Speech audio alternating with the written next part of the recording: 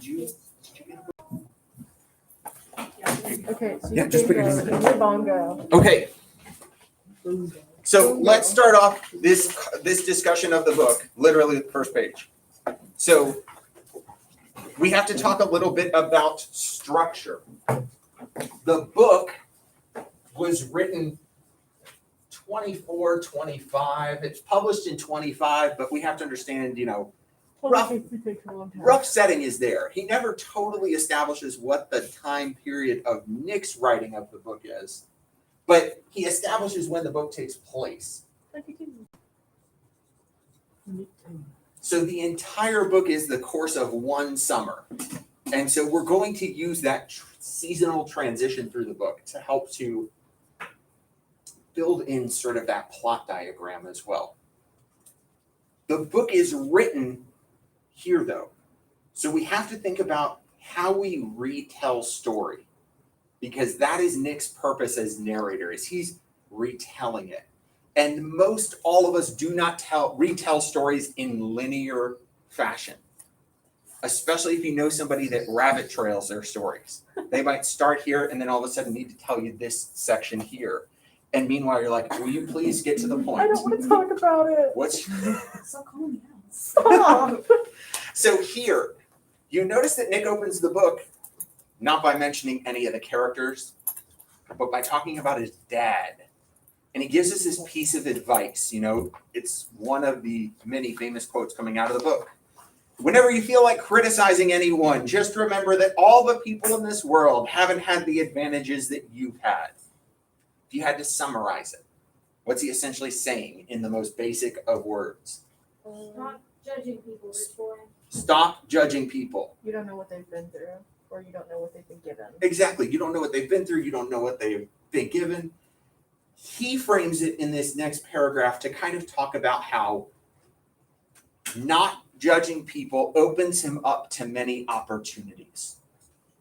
Because think for a second, what stops you often from talking to someone?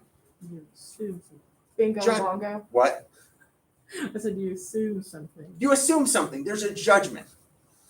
People always like to be like, oh no, I don't judge other people. I'm really open.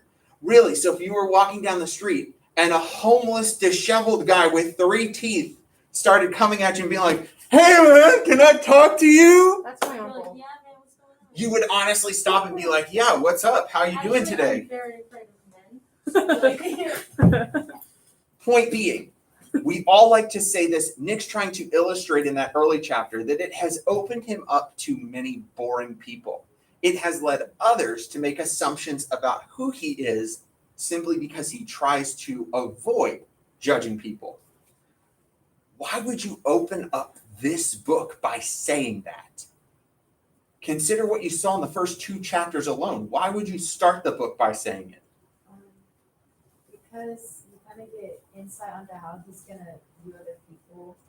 And he sees a lot of stuff happen, even these first 2 chapters. And he's like, what is going on? And so, even though he said he's, doesn't try to, judge people and stuff, he kind of does a little bit, but, yeah. I would absolutely agree with you. Notice how many things happen in the first 2 chapters that we could easily judge. Yeah. Nick says that he doesn't, but as we go through the narrative, we're going to point out, he judges quite a bit. And he's rather sarcastic about how he's going to do it and present things. And a lot of times, he hides behind his ideal of not judging. He feels like if I simply present this, then you judge. But the problem is, he's the narrator. He's choosing what is presented. And so sometimes he is choosing to present things in certain ways. Tell us exactly what we need to know. Yes? Isn't judgment kind of human nature? Yes. And that was where I was going, is here in the beginning, it's really easy to throw the stone at Nick and call him a hypocrite and be like, liar. He is no different than any of us. We all ascribe and aspire to be certain things, whether they're ideal concepts or our ideal image of ourselves. And I think a big thing about life is that we often fail to be what we hope to be. But what's most important is not the failure, but the fact that we continue to try. And so don't pick up the stone. and don't cast it at Nick, because it's going to be really easy to do it a lot in this book. As you move on, Nick starts to talk about his background by the time we're here to page 3, page 4. Who said rich boy with the judgment? Yeah. We have to kind of establish that Nick is not someone who is coming from nothing. He comes from means. His family has money. He's able to go to college. He's able to do these things. Why does he choose to go into the profession he wants to here? He says he wanted to go into banking. Why?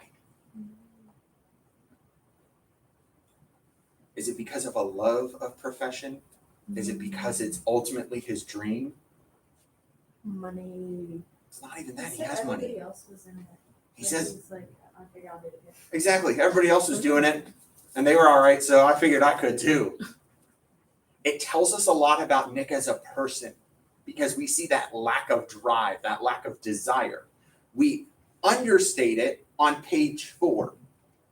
Nick talks about setting himself up in New York. And he says, this is about mid-page, I bought a dozen volumes on banking and credit and investment securities, and they stood on my shelf in red and gold like new money from the mint, promising to unfold the shining secrets that only Midas and Morgan and Maecenas knew. Okay, so your job is banking, and you buy a whole set of books about banking, and notice his wording here, rhetorically. They promise to unfold the secrets of my profession. Did he read them? Nope. This is no different than, hey, I'm going to pass the AP test. Look, I bought a prep book. See? It's right there. I'm gonna start. I promise. I'm going to look at that prep book. I'm going to do a practice test. I'm gonna need you to stop calling me out. I already bought one. It helps us to start to understand who Nick is and how he is, but it also helps us to see this. Remember that Nick's writing from the future about his past. So in framing these statements the way that he is, he's helping you to understand that he realizes these things about himself. He gets it, and they're being presented in that way that you as a reader can see it and understand it and be certain in what you're seeing. He then draws the difference between where he is living. I don't think your book has it anymore. Drat. Your book doesn't. Let's use the computer device. Nick is living where? The West Egg. He is living in West Egg. Oh my god. Oh my God! I wondered what it meant this whole time. I was like, what is West Egg? That was a made up area. Yeah. That's a West Ego. You wanna go? So that's what I want to show. It is somewhat geographically real. You're ready? I want to live in South Egg. Chain of happiness. Yeah. No, not even happiness. Depression? Yes. Alright. All things down. So this is usually the picture that books not that. Yeah, that's WEG, guys. Okay. I accidentally read it one time in the book as WEG instead of West Egg, and now I can't stop saying it. West Wing. So we have to kind of conceptualize our understanding of New York City. WEG. What most everyone assumes about New York, when you start to think about New York City, you think Times Square, you think Central Park, you think Statue of Liberty, you think of, One World Trade Center, all those places. That is all here on the island of Manhattan. New York has 5 boroughs: Manhattan, the Bronx, Queens, Brooklyn, And Long Island Sound. Long Island. So out here, Long Island continues to stretch out from New York. And here we have what is known as Great Neck and Manhattan, and Hasset Bay. Fixed it. Here's your 2 eggs. Now the book describes that they're identical from the air. You can't tell the. Don't worry about it. What he wants to try to give on this ideal of them being identical is that they're practically the same except for who lives there. What's the difference between these 2 places? Entitlement and connections. Some of them just did it well, and some of them just got well. Yes. He defines the difference between what he calls old money and new money. New money are people that gained their wealth within their lifetime. Bill Gates would be an example of new money. Jeff Bezos would be an example of new money. People that are considered new money, especially in old societies, are seen as less than because they don't have the social refinement that someone who is old money would have. Someone who is old money comes from inherited wealth. They've always had access to education. They have been brought up amongst others that are of a similar high standard. They believe that they have this society and this understanding of society and how things should be. So think about the British royalty, for example. You know, they have ideals of how one should dress, how one should react to others, how you should address. That if we go in, we don't have an idea what fork you're supposed to pick up. And they would be like, ha ha ha ha. That separates these two areas. Where does Nick live? Which is old or new? He lives in the area that's new money. And he talks about looking across the bay at East Egg, where Tom and Daisy live. Daisy is Nick's cousin. Tom went to college with Nick. And so this gives us a sense that Nick is living in this area of new money, but we know, but you were always raised with money. Don't worry. He's going over here to where these people are. Now, if I had to give you a modern DFW equivalent to how these two areas are, I want you to think of Colleyville versus Southlake. And I just want you to think of those people that walk around town square with their purse hanging off of their elbow and the look that they give everybody and the fact that it's like, oh, you live in Colleyville? Oh. It is, but that's what I need you to understand. Colleyville is nice. Colleyville is almost just as nice as Southlake, but there's a certain pretension. There's a certain status that comes with living in Southlake. So, Maybe you should unracist your schools. Let's not go there. Let's not go there. Let's stay focused. I need you to see this because it's going to help us to understand these people we're going to meet. Let's take a look at page 7. Nick comes for this dinner, and he spends the majority of page 7 describing Tom Buchanan. And what we get introduced to is how Fitzgerald characterizes, through physical features, he will describe everything we need to know about a character before they utter the first word out of their mouth. And when they do say that word, everything about them clicks because you're like, oh, makes perfect sense, got it. And he often does it through a simple rhetorical trick. He will describe their physical features by using words and details that are more associative of their personality. Looking at page 7, we talk about Tom Buchanan. Actually, let's start at the bottom of page 6. As Nick approaches, Tom is standing in riding clothes with his legs apart on the front porch. Okay, so I'm standing, my legs are apart, but is this how Tom is standing? How far apart are his legs? Like this? Yes. No. Oh. He's not Spider-Man. Yes, he is. What's he probably doing with his hands? Crossing. Pockets. Maybe even here. He's wearing riding clothes. Do you have a picture of what we mean by riding clothes? Yeah.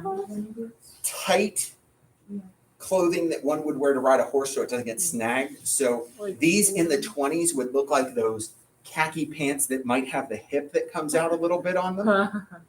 High boots that come to the knee. And a really tight shirt that usually won't have, it doesn't always have buttons on it. No, that actually sounds like a torture device. So as we look at page 7, right, let's look at some of the descriptions of Tom and his physical features. At the top of the page, we describe that he has a rather hard mouth and a supercilious manner. Is your mouth hard? No, it's a lot of soft tissue there. Tom's mouth is no different. But what we're seeing is that Fitzgerald is telling us that the words that come out of Tom Buchanan's mouth are hard and harsh. He has a supercilious manner. Do you know what the word means? Use the God device in front of you and find a definition. Like anti-human ones? Look, use the God device. Or use your phone. You can even talk to the phone and the phone will tell you. I don't. That freaks me a little bit. The caveman brain just makes me want. Say it a little louder. The act of being seriously silly. Is there a further definition? Or does anybody have something a little? Urban Dictionary. Okay. Siri told me behaving or looking as though one thinks one is superior to others. Bingo, that's what I need you to see. This superiority. Now, based on what you have seen in the first 2 chapters, are you starting to go, oh yeah, wow, from that first sentence, they nailed exactly how Tom is. Yeah. We're going to support the hard mouth a couple different ways today. The supercilious manner comes across as well, really simply. Through the book we're going to talk about, he referenced. Did you catch it? Tom references a book. Yeah, the racist one. Yeah. It's an actual real book. I have it back there. Now, Fitzgerald changes the name of the author and changes the title of the book so that he's not calling this guy out, but he clearly is.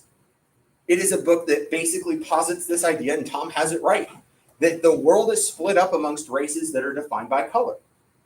And that, this guy kind of continues with it, pseudoscience, that all good things of society came from the white race. But simply through numbers, the white race will be eradicated because others breed quicker. It is pseudoscience. It is eugenics at its earliest. It's but it's a real book. But when we look, we're going, oh my gosh, these details line up right from the start. Notice the next sentence. 2 shining, arrogant eyes had established dominance over his face and gave him the appearance of always leaning aggressively forward.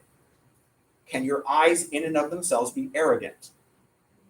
No, it is the way that your face frames your eyes that makes your look arrogant. Here, we are taking that description of his personality and bringing it in to use to describe who he is physically. We talk about the way that his muscles are framed, and we say that his body, at the end of the paragraph, it was a body capable of enormous leverage, a cruel body. Same thing. Can your body in and of itself be cruel? No. But we see that at the end of chapter 2, what does Tom do?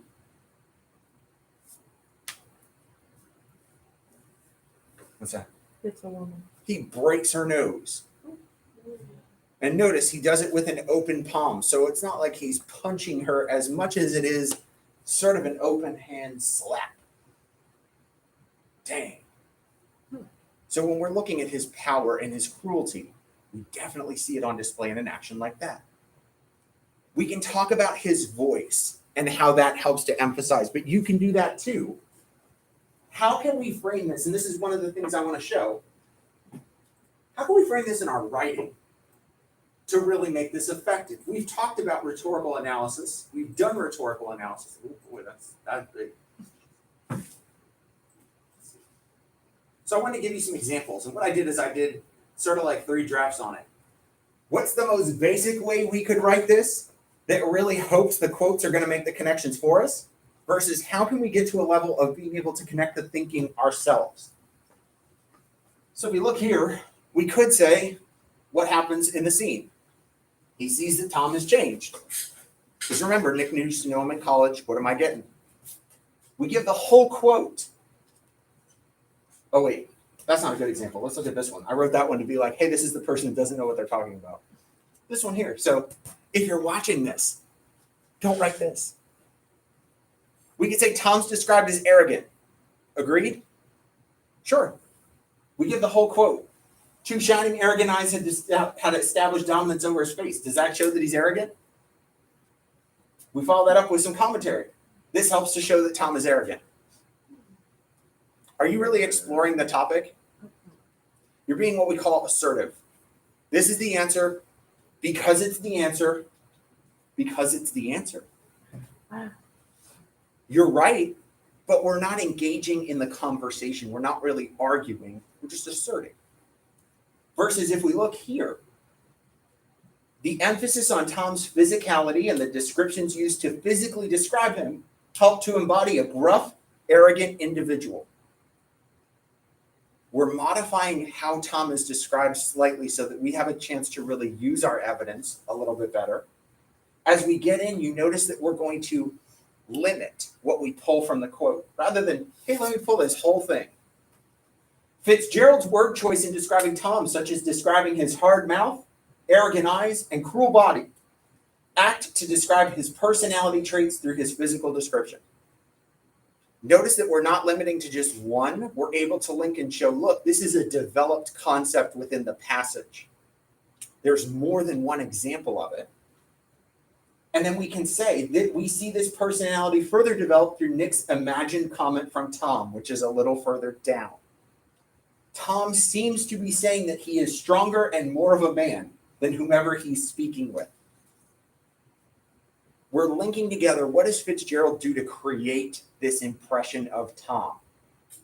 And so we're seeing what's present in the text, and then we're controlling the idea here to show how it's present and what its purpose is.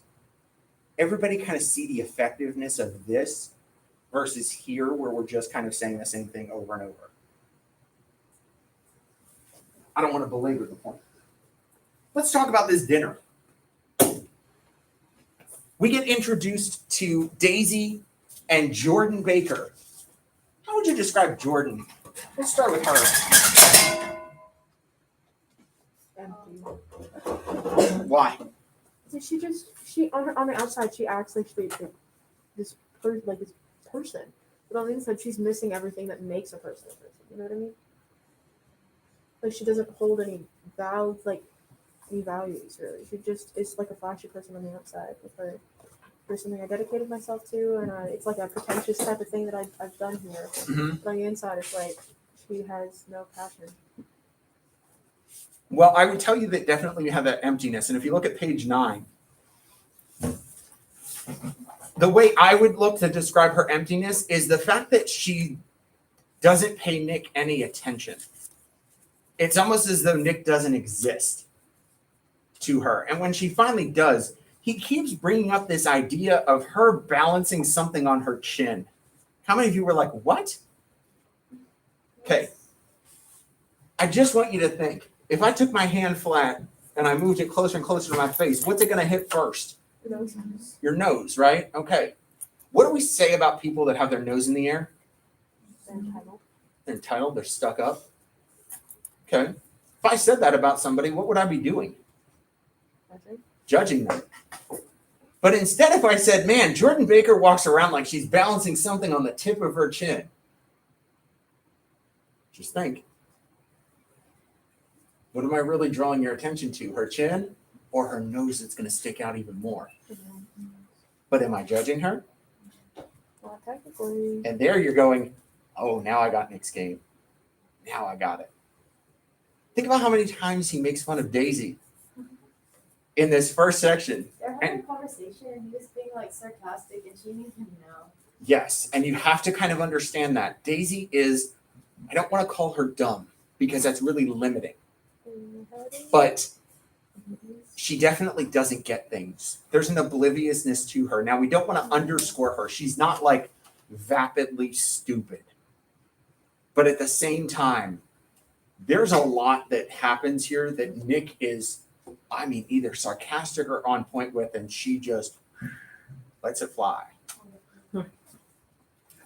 For example, when they talk, a lot of people like to point at this initial interaction when they talk about, do the people in Chicago miss me? And Nick's like, oh, they're all mourning you. They painted their wheel black and they do this. And she's like, that's great. Let's go back. People are always like, God, she's stupid. She didn't understand the joke. I think she got the joke. I think she's playing into the joke more. It's that playful nature that she has. I think the better way to read Daisy is by the one distinct feature that Nick points out about her, and it's her voice. She has a rather flirtatious manner to her. Now, she's not flirting with her cousin. Don't go there. That's the on-level approach where they're like, this book is gross. But instead, she has this way that her voice has that quality to it that draws people in. It makes them listen closer. And it's why the majority of this chapter is taken up by this dinner conversation, because the dinner conversation between, mostly driven by Tom, helps to reveal his character. It helps to reveal their own pretentious nature. It helps to give this sense that they think they are better and more entitled than others.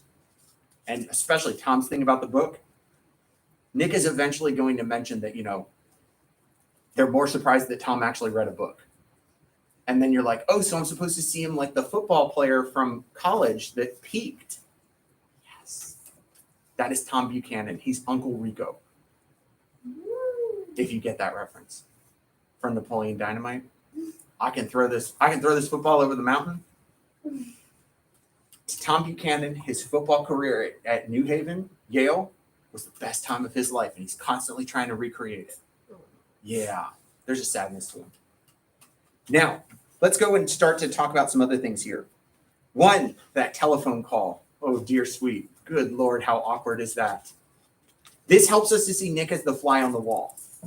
For most of you, you would be like, oh my God, I'm not hanging out with these people anymore. We got 8 chapters to go. 7, because we read 2. 7 chapters ahead hanging out with them. So that phone call isn't enough to drive him away, but it does introduce this conflict that exists between Tom and Daisy. And we bring it a little further on page 16 and 17 when Daisy and Nick go off and have their conversation together. Everyone likes to quote this part of the book because of Daisy's thing about her daughter. If you had trouble with what am I supposed to do with this? Where is Tom when his daughter is being born? He's not there. Take a wild guess where Tom is. We don't know with Myrtle, but definitely with another woman, probably. Yep. And it is why Daisy's reaction is that she hopes her daughter will grow up a fool. It's the best thing a girl can be, a beautiful little fool, because a fool doesn't realize what men do to her. She says this, and then she starts to break down, and people don't know what to do with this last paragraph where Nick talks about the insincerity of the moment. He starts to realize or think that what Daisy is doing is eliciting sympathy from Nick. She's looking for him to reach over and be like, oh, no, it's okay. Don't cry. And because he thinks that's what she's looking for, he doesn't give it to her. And then she brings herself back together and is like, oh, let's go inside. If you were crying in front of someone and they didn't react to you, would you continue to cry? Yes. No. I think most of us would be like, whoa, I broke. I'm sorry. Let's move on. A lot of people like to attack Daisy in this moment, but instead I want you to think about Nick's bit here. He chooses not to react, and even though he justifies it, like, oh, she was trying to play me. Who cares? She's a girl. She's crying. She's your cousin. She's family. What is she trying to play you She's for? not trying to get anything out of him. She Yeah. was like, hey, you're my cousin. My cousin is being Give me comfort. hey, sorry, I'm opening up to you. Yes, and so I think you have to see both sides of this. Now, of course, we end the chapter with the first glimpse of Gatsby by moonlight across, and of course, he's reaching out for what we don't know. All we see is this green light in the distance. Okay, so we put that in the back of our head, and we move to chapter 2. Chapter 2 opens with this description of this area that exists between the Two Eggs and Manhattan, this valley of ashes. Hey, what do ashes usually represent? Death. So notice that in this between place, between the city and between the homes, exists this forgotten realm that seems to represent death. And it is poor. And there lives the Wilsons. Notice how we describe George Wilson's garage as we move into page 25. There is a wreck of a car in the corner that's covered in dust. George himself is described as a ghost. He's anemic. He's pale. He's lifeless. He's almost like the mayor of Deadtown. He's so dumb, as Tom says, he doesn't even know he's alive. And he also doesn't realize what his wife is doing. We counterpose George Wilson with Myrtle. Notice that as she comes down the stairs, 25 to 26, she is practically bursting with life. They say that the ends are almost on fire for her. She's so vibrant. She's so alive. She's the opposite of him, and it's why she can leave this area. and he can't. A point of contention in this book is Myrtle. She is not attractive. She is described as being large, and a lot of people are like, what? Nick comments, she blocks out the light in the doorway. He constantly wants to talk about how she's dressed in these tight clothes that stretch at every opportunity. I don't want you to go around thinking, oh my God, why is Tom with the fat, ugly girl? Like, this doesn't work. She's vivacious. She has an older style of beauty. Remember that you might not know this. You haven't gotten to this point in history yet. In her 20s, wasn't it more attractive for girls to be like really skinny or straight? Yes. You notice that in the 1920s, and you notice that this cycles. Our concept of what a beautiful, ideal woman is changes over time. Sometimes she is more curvaceous. At other times, she is much thinner. But in the 20s, Daisy represents the ideal beauty. But Myrtle represents the 19th century concept of a beautiful woman, one who is large, not overly large, but definitely curvaceous, and she is full. Let's put it that way. So I don't want you thinking like, oh my God, Myrtle's like one donut away from being fat. No. But at the same time, the question should be raised, why is this guy rich, well, good looking, and athletic? Why is he with her? For sure. But it's proved in the chapter in the way that Myrtle acts. So they get on the train, they go to New York, right? Did you keep track of their way out of the station? Bottom of 26, 27, 28. As they're leaving, right? You notice she has to change clothes on the train. Before they get out of the train station, she's buying stuff. Think about going to the airport now. Are things more or less expensive in the airport? More. Of course, I'm realizing as I'm talking, I'm like, no, I must have been in the airport in months probably. What's the airport? So she's buying this stuff. Does she have money? No. So whose money is she spending? Tom's. Notice that he makes her wait outside. She makes them wait outside. She lets other cabs go so that she gets a nicer cab, a newer cab. They get in. Look at what she wants. She wants a dog. Now, this guy that's standing on the side of the road is homeless, likely. He probably found some dogs in the street, put them in a basket, and is selling them on the corner. They're not his. They're not bred. They're mutts. He wants to sell them as this great thing, but what you have to see this as is the guy who realizes that Tom is stuck.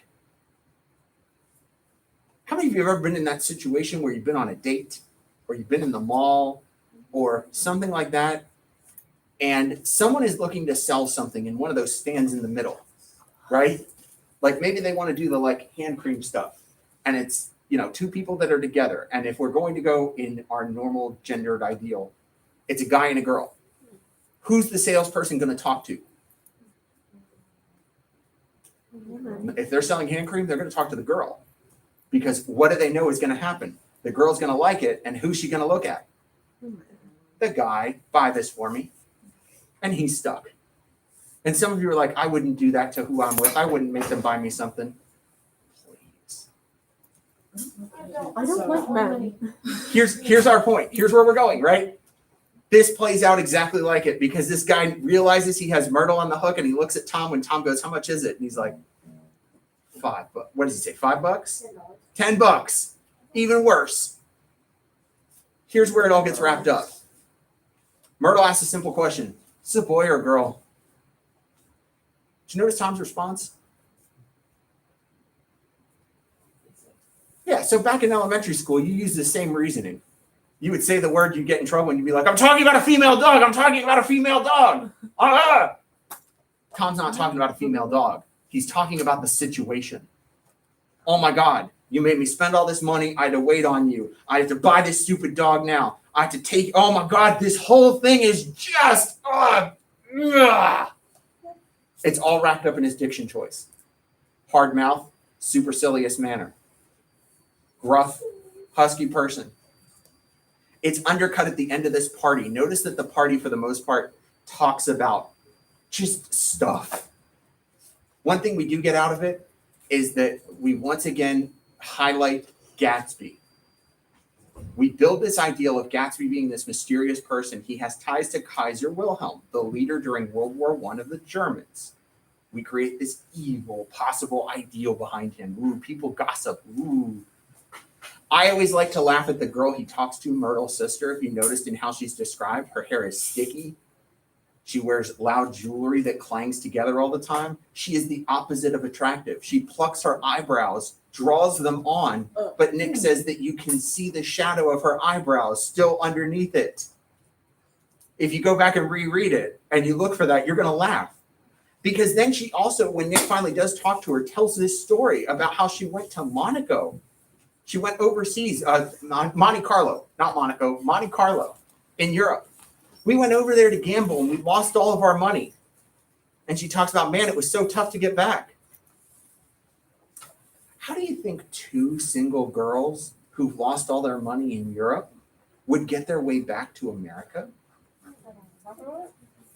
Do you think that's something that you should tell the guy that you're supposed to be on a date with? No. As the first conversation that he relates? No. But remember, Nick doesn't judge people. So I'm just going to tell you what the conversation was, and I'm just going to describe what she was wearing and how her hair was. And now you're judging. Simple tricks that this book will do as we get into, huh? Everyone's always trying to set makeup. Like I use it twice. Hey, it's the burden of the single male. The worst